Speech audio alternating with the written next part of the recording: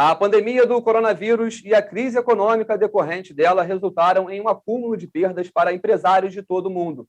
No Rio de Janeiro, apesar dos esforços para a recuperação, pesquisa do Sebrae aponta que os empreendedores fluminenses acreditam que a economia voltará ao normal apenas no primeiro trimestre de 2023. Inadimplência em empréstimo, desemprego elevado, aceleração da inflação e falta de apoio do poder público agravam a situação. É sobre a recuperação do Rio que vamos conversar hoje no Alerj Debate. Eu recebo o Pedro Hermeto, presidente da Associação Brasileira de Bares e Restaurantes do Estado do Rio de Janeiro, a Abrazel RJ, e também o Marcos Mendes, que é coordenador de capitalização e serviços financeiros do Sebrae Rio. Eles vão nos dizer qual o sentimento hoje do empreendedor, a luz do fim do túnel ou um nevoeiro ainda muito forte pela frente. Pedro, Marcos, sejam muito bem-vindos ao nosso programa. Obrigado, Rafael. Obrigado, Rafael. Bom, vou começar o nosso bate-papo pedindo para vocês falarem um pouquinho do cenário atual, tanto dos bares e restaurantes, como dos pequenos e microempresários do estado do Rio de Janeiro, hoje. Baseado nas pesquisas que vocês, tanto da Abrazel quanto do Sebrae, realizam, qual o cenário hoje, nesse período pós-liberação do uso de máscaras? Já dá para perceber um reaquecimento da economia? Em que pé a gente anda hoje? Rafael, eu costumo fazer uma analogia para tratar do impacto da pandemia no nosso setor da seguinte forma: a gente cruzou ali, a gente vinha desde as Olimpíadas, aqui no estado do Rio, sobretudo, já com uma crise aguda. 2016 foi um ano espetacular para o setor, muito turismo na cidade por conta de Olimpíadas, etc. E aí a gente entrou numa decadência, eu diria, bastante abrupta em relação à demanda e, consequentemente, faturamento. Então, a gente chegou, e aí a ironia triste, dramática, foi que no final de 2019, ali, quando começou dezembro, início de 20, os números começaram a retomar de maneira também agressiva. Uhum. E eu lembro como empreendedor do setor, de percorrer ali o salão do meu restaurante e de ver de novo brilho nos olhos dos garçons, dos maîtres ali, dos cozinheiros, que, poxa, seu Pedro, está voltando. E estava, de fato. Uhum. Aí, advém a pandemia, ali em março, com seus efeitos. Quer dizer, ela já existia nesse período, né, em dezembro, só não tinha chegado aqui com aquela agressividade toda. E aí, em março, Então, eu costumo dizer, a gente tem que encarar a pandemia, o início dela. Eu fiquei 105 dias fechados no meu estabelecimento. Eu costumo dizer que a gente tinha acabado de atravessar o Canal da Mancha, ali do continente europeu para o Reino Unido, quando a gente chegou, depois de nadar em águas com tubarão, água gelada, onda, a gente chegou, alguém bateu no nosso ombro e falou: bom, agora corre a maratona aí, filho. Então, foi um pouco isso. A gente já vinha de um cenário de crise importante, tá? Muitos sucumbiram, e a sua pergunta se refere ao momento atual, então, sim, só esse pequeno histórico, muitos sucumbiram ao longo do caminho, e aí muitos mesmo, a gente tem dados de Brasil e dados de Rio de Janeiro. No Rio de Janeiro, o tamanho da sucumbência foi um pouco maior, porque, primeiro, havia uma concentração maior de restaurantes aqui, e os custos nas metrópoles tendem a ser maiores, né? Então, a gente tem algo entre 35% e 40% de quebra. Em âmbito nacional, a gente fala de um pouco menos, de 25% a 30%. Mas, enfim, conseguimos superar para os que conseguiram, né, e chegar nesse momento, e a sua falha inicial é perfeita. Para quem não é do setor e não entende muito desse setor, dessa atividade da economia, olha e você volta a ver filas nas portas dos restaurantes, e imediatamente pensa, e a sociedade tende a reagir um pouco dessa forma: pô, voltaram. Os caras voltaram a ganhar dinheiro, voltaram a fazer caixa, etc. Essa é a maior inverdade. Quer dizer, o setor até voltou a fazer caixa efetivamente. O problema é a margem de lucro, é quanto sobra desse caixa, por uma razão muito simples. A gente tem 75% no início da pandemia, entre 75% e 80%, contrataram empréstimos, seja o Pronamp, seja outra linha de crédito. Então, esses empréstimos foram contratados com juros pós-fixados. Então, você tinha uma taxa de juros X, hoje ela é 12x. muitos contraíram dívidas, o passivo aumentou, e aí que passivo é esse? É o passivo com o locador, com o proprietário do imóvel. Poucos empresários são afortunados o suficiente para deterem os imóveis onde operam. Então, você tem um passivo com o locador. Alguns já negociaram, outros ainda não, por incrível que pareça. Fornecedores, trabalhista. E aí, trabalhista, a gente sempre coloca o passivo trabalhista como número 1 para ser resolvido, porque a gente quer o time engajado, motivado e etc. Mas ainda há, se teve gente que dobrou férias, tem que pagar férias dobradas, etc. Enfim, ainda há algum passivo trabalhista. E o passivo, evidentemente, fiscal, sem falar no bancário. Tá? O bancário, a gente tem 45%, a pesquisa mais recente da Brasel aponta que 42% dos optantes pelo Simples não conseguiram pagar seus tributos até hoje. 42%, quase a metade. Então, é um desafio muito grande. Eu disse que a sua fala inicial foi muito bem colocada. As pessoas falam aí de 4 a 5 anos para pagamento desse passivo todo e reequação financeira do restaurante, de modo que você possa voltar a ter as margens de lucro que a gente tinha pré-pandemia. Fala para a gente, então, um cenário aí do ponto de vista do Sebrae, né? De outras empresas também, outras pequenas e microempresas que estão inseridas também nesse contexto aí, desse novo normal, né? Como é que tem sido esse cenário atual?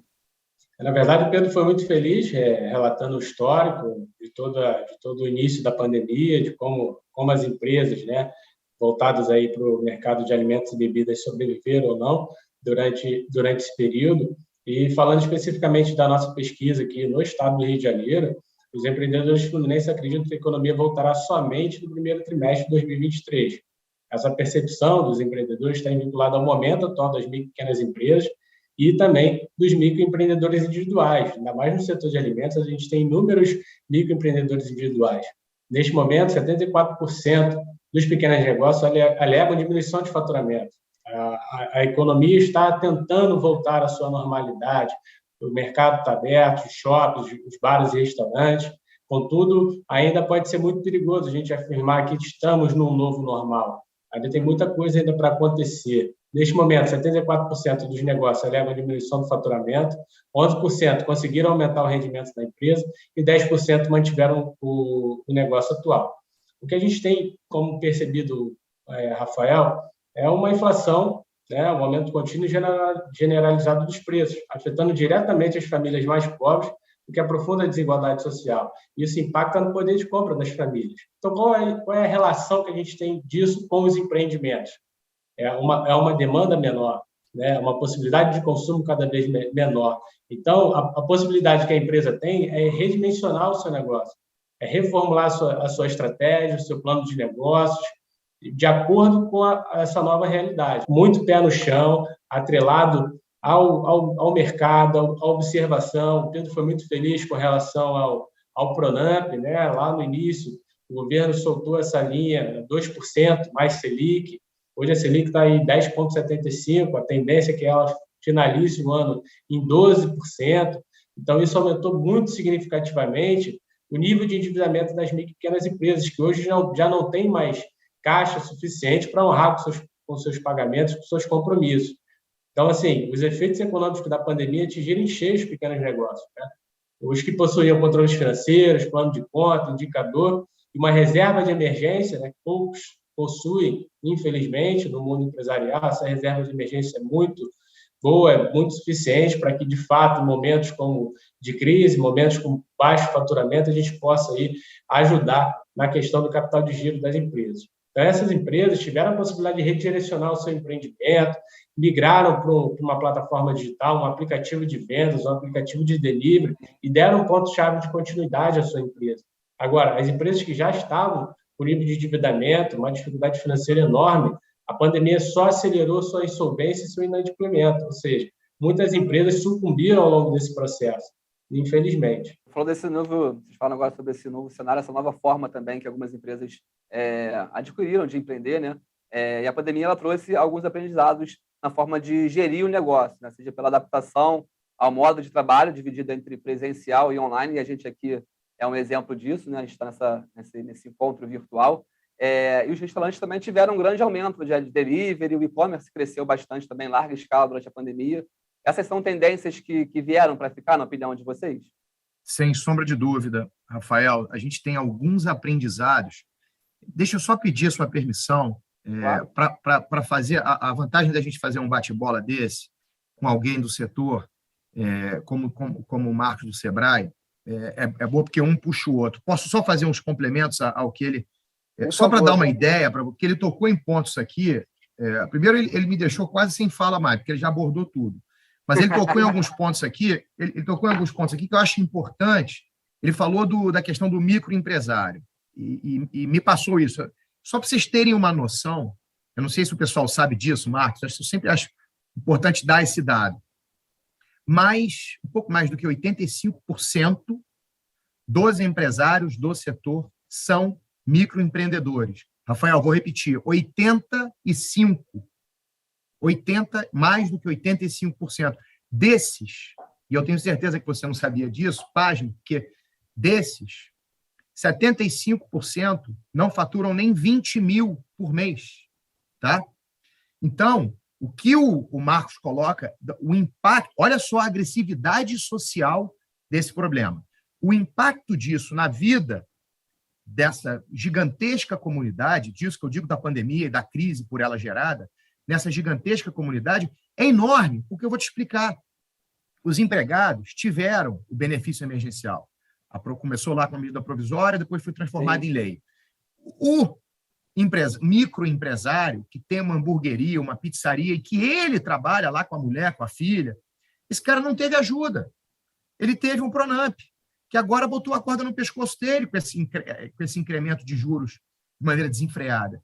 Então, você entende que o empresário, aquele sujeito que assume o risco, que corre o risco, esse ficou sem amparo, diferente do que aconteceu nos Estados Unidos, Bélgica, Holanda, Japão. Houve uma ajuda a fundo perdido, quer dizer, o sujeito pagou uma média dos últimos 3 faturamentos, o governo, né? E como aqui não aconteceu isso, o impacto nessas famílias, como bem colocou o Marcos, é gigantesco. Por isso que a quebra foi tão grande. Eu só queria dar um pouco ilustrar para o pessoal entender, porque a gente vê restaurante e acha que todo mundo rico, milionário, porque tem os estabelecimentos ali na zona sul da cidade, aqui e tal. E, na verdade, não, é o microempresário que com muito esforço, toca o seu negócio. Bom, os meus dados, Marcos, aproveitando esse parênteses aqui, batem com os seus assim de maneira 47% da nossa pesquisa mais recente, 47% dos empresários realizaram prejuízo, tá? Que é um número, inclusive, aqui no Rio, como eu falei, mais alto do que a média nacional, que foi de 43%. Então, vocês veem que o Rio de Janeiro é um pouco mais complicado. Agora, apesar disso, e aí vem um sinal positivo, a gente também tem que mencionar isso, Rafael, 51% do pessoal disse que esse janeiro já foi melhor do que janeiro de 2021. Então, há, de fato, um caminho para uma retomada. Em relação, vamos lá, a empréstimos, 69% tem empréstimos contratados, destes, 63% contrataram via Pronamp, e 27%, eu estou lendo aqui, 27% estão com parcelas do Pronamp em atraso. É um número muito grande ainda, tá? Fecha parênteses. Para voltar para a sua pergunta, aprendizados de cara, e eu vou tentar ser o menos prolixo e mais objetivo possível. Primeiro, número 1, produtividade. Já há uma recontratação, e a gente sabe que o Rio de Janeiro já tem números de empregos gerados que já remontam à pré-pandemia. Então, eu recontratei. Eu gosto de usar o meu exemplo também para trazer um pouco de pé no chão, realidade mesmo aqui empresarial. Eu já recontratei bastante gente, porque a gente volta a ter demanda, você precisa atender bem o cara, né? Você não quer prestar um mau serviço agora. Mas nós estimamos, a Brasel, em âmbito nacional, inclusive, que não haverá uma recontratação integral. Então, se eu tinha, antes da pandemia, 50 funcionários, a nossa estimativa, a Brasel, é que o ganho de eficiência que foi gerado nesse período, quer dizer, o aprendizado, nós aprendemos a trabalhar mais com menos pessoas, será da ordem de 20%. Então, eu, se tinha 50, recontratarei, voltarei a ter, no meu quadro cheio, 40. Tá? Essa é mais ou menos a conta que a gente está fazendo. É uma notícia em termos de empregabilidade que não é, se nós pensarmos do ponto de vista social, muito boa, porque eu vou precisar de menos mão de obra. Só que você avalia que se o meu custo de produção diminui, porque eu tenho menos mão de obra, o meu preço tende também a reduzir, porque a gente não consegue... O consumidor é muito sensível, né? Então, a gente abaixa preço e aí inclusive, a gente gera menos impacto de inflação, por exemplo. Esse é o número 1. Número 2, digitalização. Você mencionou do e-commerce. A digitalização era uma tendência e que foi acelerada de forma bastante violenta. Então, eu costumo dizer que no médio e longo prazo, quem não se digitalizar provavelmente estará em desvantagem competitiva. O que é a digitalização? É só o e-commerce? É só o delivery via? Não, claro que não. Cashback, organização de fila, organização de reserva, compra coletiva. Já tem bastante site de compra coletiva, que é muito interessante, sobretudo para quem tem grupo grande. Então, assim, os aprendizados são variados. Eu diria que o último, assim, para listar, produtividade, digitalização e profissionalização da gestão. Aquele sujeito que aposentou, a mulher fazia uma comida muito boa e ele romanticamente acha que vai montar um restaurante, esse cara precisa de assessoria. Como eu falei que grande parte são microempreendedores, que ele se associe, que ele busque um associativismo, grupo de pessoas para se organizar melhor, mas assessoria contábil, financeira, jurídica, essa a gente viu, e de gestão mesmo, essa a gente viu que é imprescindível. Perfeito, Pedro. Eu vou precisar fazer uma pausa aqui na nossa conversa para chamar um intervalo, e na volta a gente vai abordar temas mais específicos, como medidas adotadas pelo poder público e como esses fatores externos influenciam nos empreendimentos. Não sai daí não, é um minutinho só.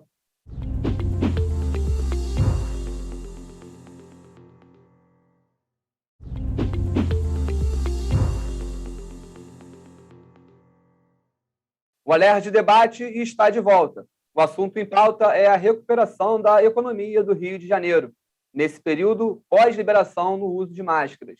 Eu recebo aqui o Pedro Hermeto, presidente da Associação Brasileira de Bares e Restaurantes do Estado do Rio de Janeiro, e o Marcos Mendes, coordenador de capitalização e serviços financeiros do Sebrae.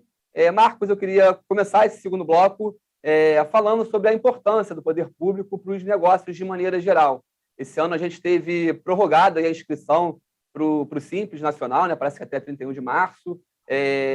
Quero que vocês falem um pouquinho sobre essas discussões aí a nível nacional que estão acontecendo agora no Congresso, né? Esse debate sobre o refis, muitas empresas, como vocês falaram, fizeram empréstimos durante a pandemia e agora estão tendo que pagar isso. Ao mesmo tempo, para você estar no Simples Nacional, você tem que estar quite com esses empréstimos anteriores, com essas parcelas, né? Senão você acaba perdendo essa forma mais simples de tributação, né? A gente pode chamar assim o Simples Nacional, né? Explica um pouquinho para a gente como é que isso tudo influencia e impacta o empreendedor fluminense. Perfeito. É bom lembrar que o prazo foi prorrogado até 31 de março, tá? Para o refis. De toda maneira, é bom salientar também os empreendedores que eles possam buscar junto ao seu contador, que é de fato ali a pessoa que pode assessorar ele nesse momento, para que ele faça os cálculos devidos e faça todo o levantamento e peça, então, um refinanciamento da sua dívida atual com base no seu fluxo de caixa, na sua geração de pagamentos, né? Que ele possa, no futuro próximo, começar a honrar, de fato, esses tributos que ficaram em atraso devido à avassaladora pandemia do Covid-19, que aumentou a nossa recessão econômica, né? Muitas empresas foram fechadas, muitas empresas diminuíram drasticamente o seu faturamento, a grande maioria das empresas sobreviveram graças às linhas de crédito disponíveis aí, implementadas durante esse período, específicas para o período, falando especificamente dela, o PRONAMP, né? O Programa Nacional de Apoio à Micro e Pequena Empresa, que auxiliou, de fato, logo no início da pandemia,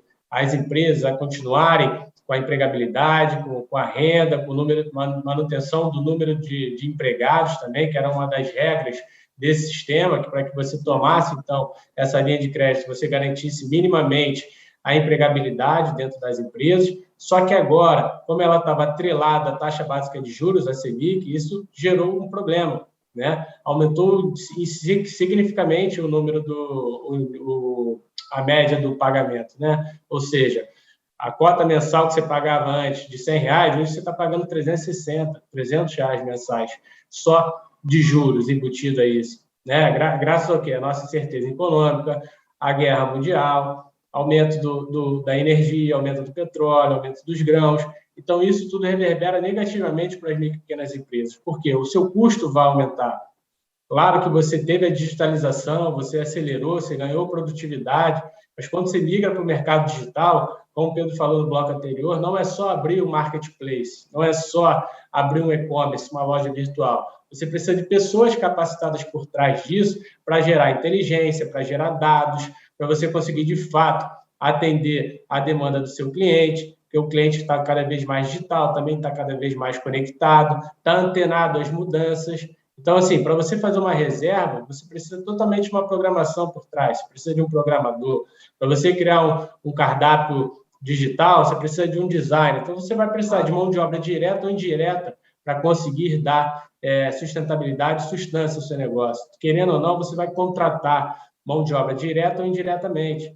Por quê? Porque você precisa sobreviver, você precisa estar antenado à inovação, aumento de produtividade. Isso tudo perpassa por essas questões de aplicativo, de delivery, de um cardápio digital, né? A questão do QR Code, a questão do cashback, porque a gente falar só isso é muito superficial. A gente precisa de inteligência por trás. Tudo bem, a gente vai querer promover a questão do cashback, mas isso está atrelado ao nosso financeiro, isso já foi conversado com o nosso financeiro, isso já está conversado com o nosso comercial, os garçons estão treinados para isso, como é que está o mapeamento de processos dentro da empresa, isso vai ocorrer de que forma? Então, isso precisa estar combinado, isso precisa estar bem estruturado, bem delimitado dentro da empresa, porque senão depois não funciona, dá gargalos internamente. Ou seja, quanto mais coisa você cria dentro da empresa, sem antes estar preparado para atender a demanda, a expectativa futura, isso impacta diretamente na produtividade.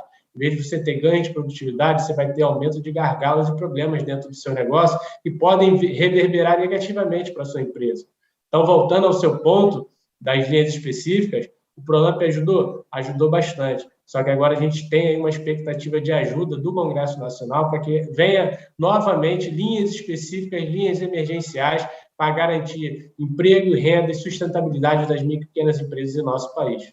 Perfeito, Marcos. Pedro, fala para a gente um pouquinho sobre a expectativa aí do setor de bares e restaurantes em relação a essas negociações de refis, enfim, do Simples Nacional, e também um pouquinho sobre como esses fatores externos acabam atrapalhando, né, os empreendimentos, principalmente do teu setor, no dia a dia, né? A gente teve um janeiro muito chuvoso, teve variante Ômicron, teve depois, além da variante que, enfim, pegou todo mundo de surpresa, agora a gente está tendo a liberação da máscara, né, enquanto é partida, mas tem essas renegociações, agora estourando uma guerra no leste europeu que, enfim, vai impactar no preço do petróleo, vai impactar no preço das importações, exportações, enfim.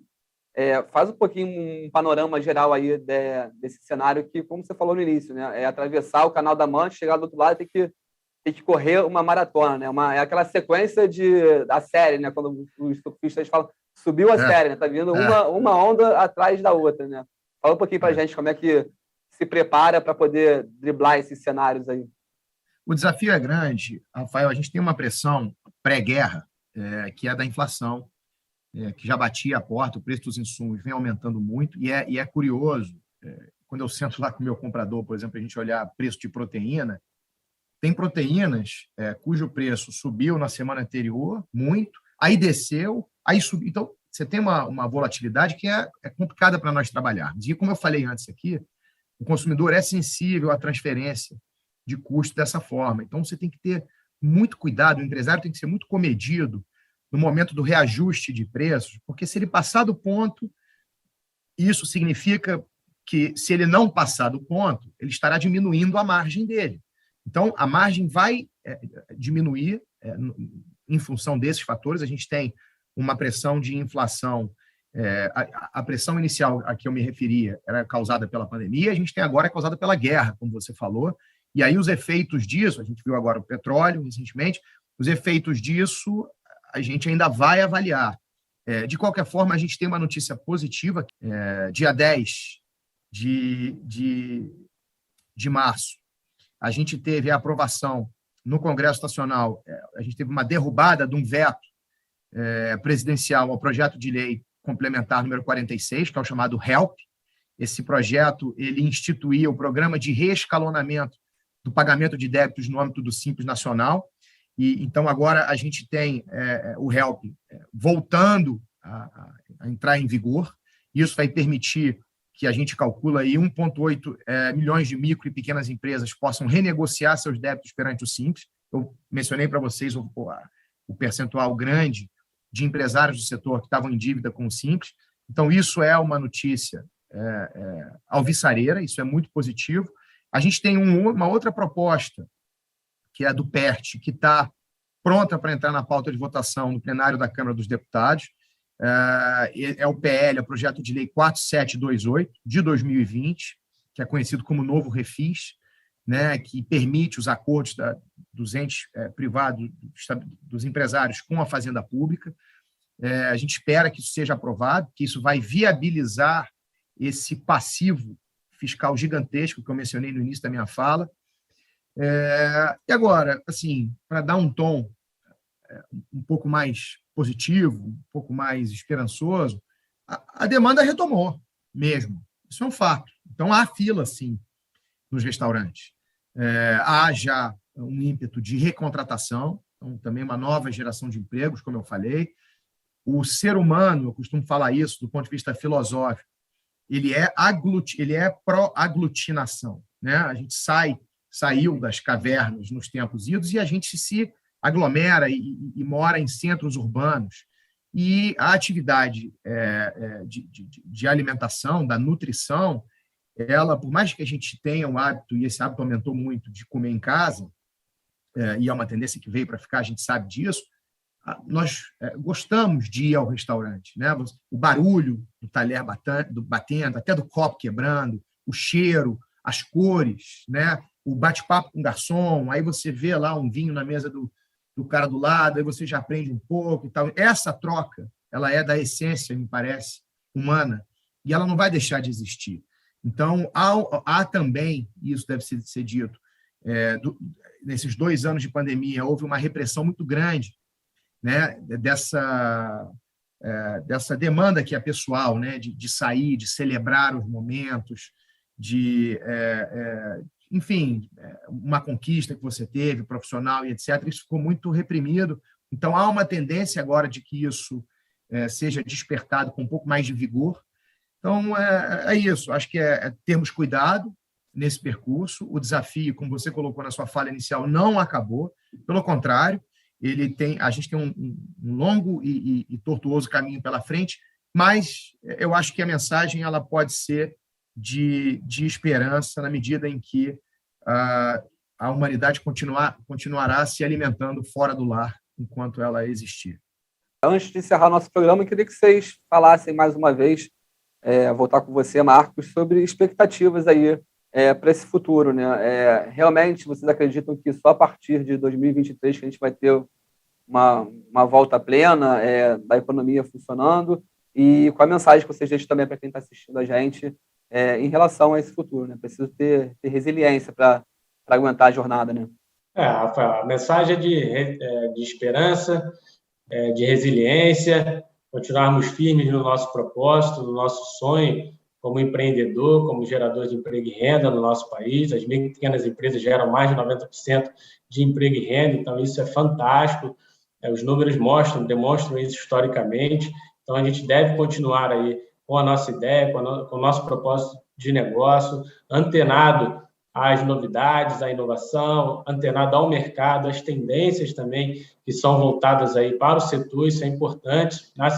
Nesse mês, a gente tem uma feira, né, voltada para alimentos e bebidas, que vai acontecer no Rio Centro.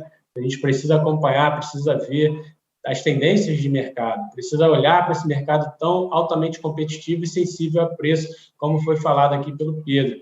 A gente tem aí uma inflação em alta já de 2 dígitos dos últimos 1 ano, né? Precisa estar atento a isso, a recomposição dos seus custos, a conhecer um pouco melhor o seu cliente. A tecnologia ajuda bastante, então os empresários já devem começar a fazer o seu planejamento estratégico, reuniões periódicas com as suas equipes, com seus sócios, com o seu quadro de funcionários. Acho que isso é importante, todos ali estarem alinhados e sensíveis para uma perspectiva de futuro melhor, tá? Tanto para o empreendedor, quanto para os funcionários, quanto para o mercado, como o mercado como um todo. Acho que é importante essa união.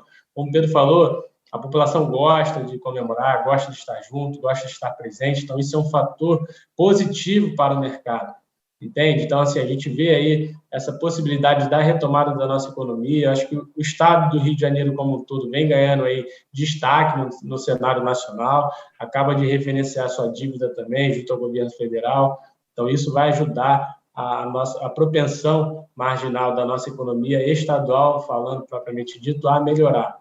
Então, assim, a gente tem que estar atento, sim, à guerra, tem que estar atento à inflação, tem que estar atento aos cenários. Isso, o mercado fala, né? Então, o mercado demonstra isso. Então, é bom a gente estar atenado e procurar a Associação Brasileira, buscar junto a eles algumas alternativas que possam auxiliar, ajudar os micro e pequenos empresários, os empresários do setor. O próprio Sebrae também pode auxiliar na questão da gestão, na questão do fluxo de caixa, a gestão financeira, plano de negócios, outros produtos e soluções que o Sebrae tem, e principalmente falando aqui de uma linha específica que o Sebrae possui, eu não sei se os senhores conhecem, que é o Fundo de Aval à Micro e Pequena Empresa, que é o FAMP, né? É uma linha específica onde o Sebrae garante até 80% da operação de crédito junto às micro e pequenas empresas.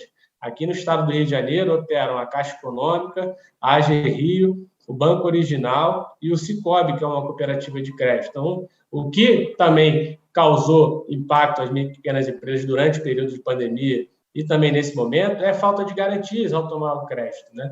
Então, isso dificultou muito também aos empresários conseguirem a obtenção, porque estava negativado, não tinha garantia real, não tinha um bem para dar na sua operação, e aí onde entra esse fundo de aval à micro e pequena empresa, onde o Sebrae garante até 80% da garantia. Os outros 20%, Rafael, Pedro e demais, isso faz parte do empresário, ou seja, o empresário precisa complementar 20%. Isso ajudou muito as empresas a continuarem com a sua operação, né? Claro que precisou reformular, claro que precisou repensar o modelo de atuação, ainda mais quando tudo se fechou, a gente precisou migrar para online, migrar para o delivery, migrar para o aplicativo, mas hoje há uma oportunidade devido à baixa incidência da variante aqui no nosso estado, a nível nacional também. Acho que a perspectiva é boa. O futuro demonstra isso, né? Os números também demonstram isso. Então, a gente precisa acreditar, continuar resiliente, que isso tudo, de fato, vai acabar e a gente vai voltar dentro de uma normalidade aí para a gente gerar emprego, renda, aumentar faturamento e conseguir aí, dentro de uma matemática, dentro de uma engenharia financeira, honrar também com os outros compromissos que a gente aderiu e adquiriu ao longo desse período. Pedro, Marcos, eu quero agradecer a participação de vocês. Nosso tempo, infelizmente, é um pouco corrido, mas quero agradecer aí os esclarecimentos prestados. Muito obrigado aí pela participação aqui no nosso programa. Obrigado novamente, Rafael. Obrigado, Rafael. O Alerj Debate está terminando e eu fico por aqui. Lembrando que você pode rever este programa ou acompanhar a programação da TV Alerj através das nossas redes sociais e do nosso canal no YouTube. Obrigado pela sua audiência. TV Alerj, o canal do povo.